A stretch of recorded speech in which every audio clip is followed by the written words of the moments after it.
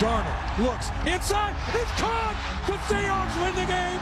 Holy cow. I was hoping that we'd get a chance to be able to go back, and here we are. Go Bulls, Red! Go Bulls, Red! Holy catfish! Let's go!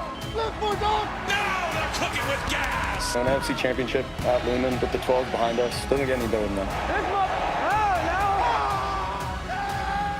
This is obviously the biggest game right here, and it's time to finish it off this time.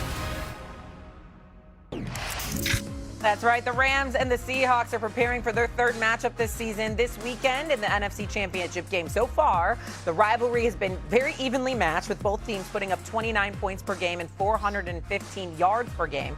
The big difference, the turnovers, of course. The Rams defense forced 7 turnovers in both games against the Seahawks this season. Mina Kimes is here with us on First Take. And Dan, I'm going to go to you first. Does this third meeting favor the Rams or the Seahawks? I'm going to say the Rams. Number one, I think from a Sean McVay perspective, offensively, you always can dictate to a defense. He's got 2 games this year of gathering information. What does Mike Macdonald like to do versus this personnel or this formation or this situation? And you can then throw the first counterpunch. You can take that information that you've gathered and you can utilize it to know, well, if McDonald's going to do this, then I can do this. And then that game within the game will start to play out. So I think, number one, Sean gets the first punch, essentially, when it comes to that thing. I think the second thing is, it's the third time that they get to see Sam Darnold. And as much as I love Sam, this has been a kryptonite of his. And so now that defense has got a bunch of tape on Sam Darnold against them of this is the things or these are the things that have worked against him or this offensive line or this pass protection scheme or these backs in protection, and asterisk that because I would fully blitz the running backs of Seattle and force them to pick up blitzing backers. Just mark that down. So I think that gives this defense for the Rams an advantage of these are the things that we can take advantage of from an offensive perspective, both in Sam and some of their schemes. So I do think there's an advantage of that with the Rams.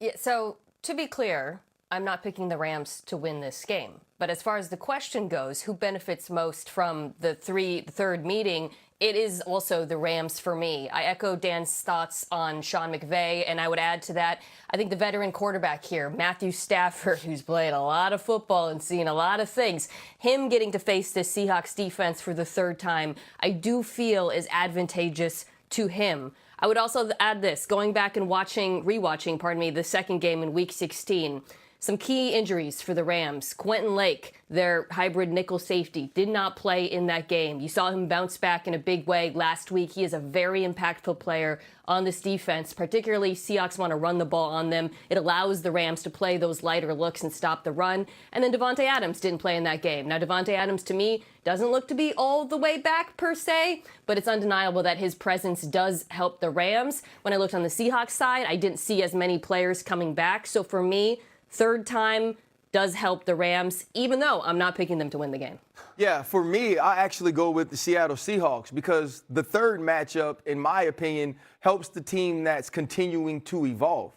The Los Angeles Rams are who they are, even with them having the ability to add some players that weren't available in Week 16. The Los Angeles Rams are going to come into this game. They're going to try to get into 13 personnel. They're going to put things on the back of Matthew Stafford, whereas this team, the Seattle Seahawks, and Clint Kubiak and who they are offensively, that's not who they were in Week 16. Kenneth Walker III, that was the week where he became more a part of this offense. And now we'll see how you spell Zach Charbonnet, or does that put more on Kenneth Walker's shoulders? And I also feel like anytime you're in a third matchup, it benefits the offense. And that can mean the Seattle Seahawks offense or the Los Angeles Rams, because what great defenses do is line up where they feel comfortable, be in a position to stop big plays, and how can they affect the quarterback. Those things don't necessarily change. And as they might not change for Mike Macdonald or Chris Shula, I believe Mike Macdonald and the versatility of their players, Nick Eamon-Worry, what we can see Ernest Jones do in zone coverage coverage defensively, and also the skill that they have on the outside with, in my opinion, safeties that move around together in such a creative way. I think the Seattle Seahawks schematically have an opportunity to take advantage of this third game, and the fact that they're so different, in my opinion, from who they were Week 16 offensively helps them. They're different, huh? Okay. Let me say this. I'll defer to y'all. I'm just little old me just going to give you my feelings. The little old me just going to give you my little feelings here. Darnold. So the Los Angeles Rams get to see Sam Darnold the third time. I don't know about y'all, but I think that favors the Rams. That's just me. That's just me. I could be wrong. I could be wrong because Sam Darnold is no scrub. And he is 28-4 against the rest of the National Football League over the last 2 years. 28-4, 28-4. That's very, very impressive. Very, very impressive. Congratulations. But he 1-3 against the Rams, okay? And I'm looking at it from that standpoint, and I know that if you're Seattle, who, by the way, undefeated in NFC Championship games in their history, 3-0. They don't lose at home in the AFC Championship games. But funny thing under Coach McDonald, do you know they're 15-2 on the road with him? Better on the road. But 10-8 at home. Yeah. 10-8 at home. So I'm thinking about them being better on the road than they are at home. I'm thinking about Sam Darnold getting to be looked at and seen and played against a third time. I'm thinking about Charbonnet being out.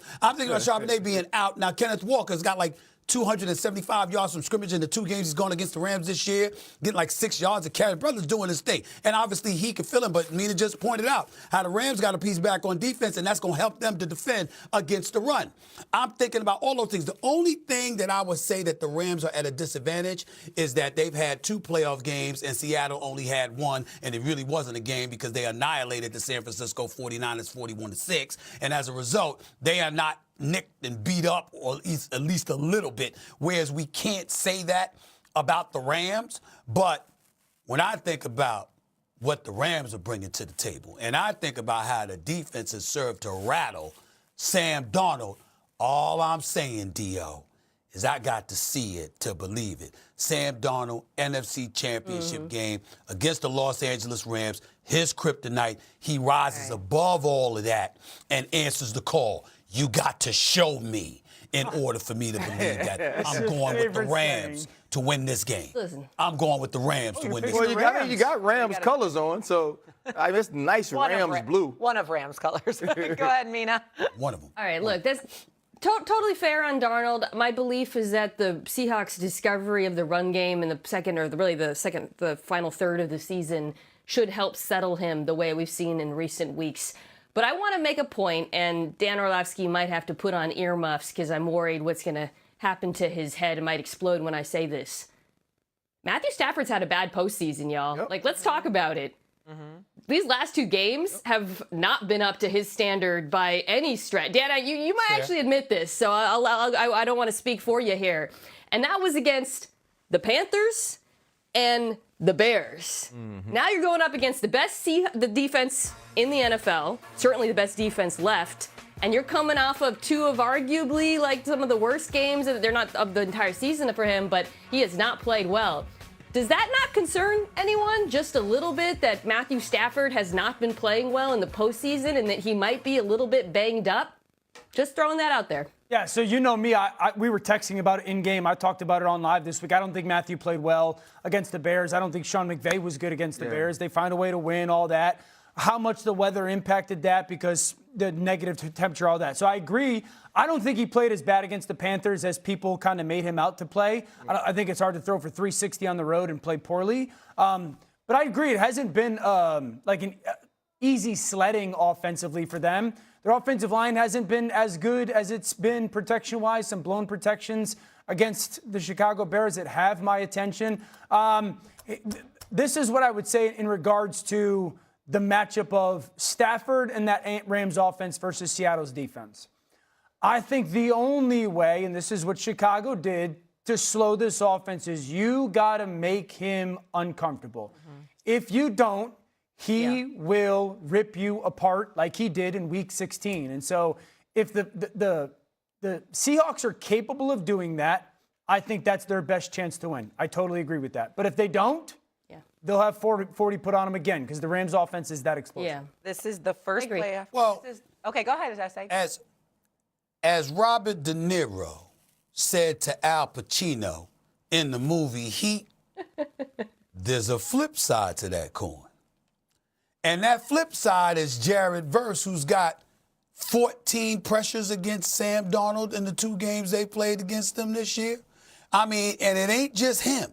You get pressure on Sam Darnold. Mina, you're absolutely right. Matthew Stafford has not looked great in these playoffs. I'm going to take into account that weather in Chicago. I'm going to say that had an effect. Now, Carolina's a different animal, but that freezing temperatures in Chicago, he's still thawing out after that. Okay, so it's freezing, all right? But I'm looking at it and I'm like, I'm asking, am I supposed to be more worried about Matthew Stafford than I am Sam Darnold? I don't think so. Thinks it's a one-on-one game. So that's where I'm at. That's where I'm at with it. I mean, to me, I think that when you look at the Rams accumulate 581 yards of offense just a few weeks ago in Seattle on the road in that 38-37 loss, I'm of the mindset that everything that we're talking about will bear itself out, and it's going to come down to Sam Darnold and whether or not you can win this game for Seattle and propel them to the Super Bowl against your kryptonite. Yes. Let's see. And protect the football, right? You can't be turning the ball over. Also, this is the first That's playoff what it all game. comes with it.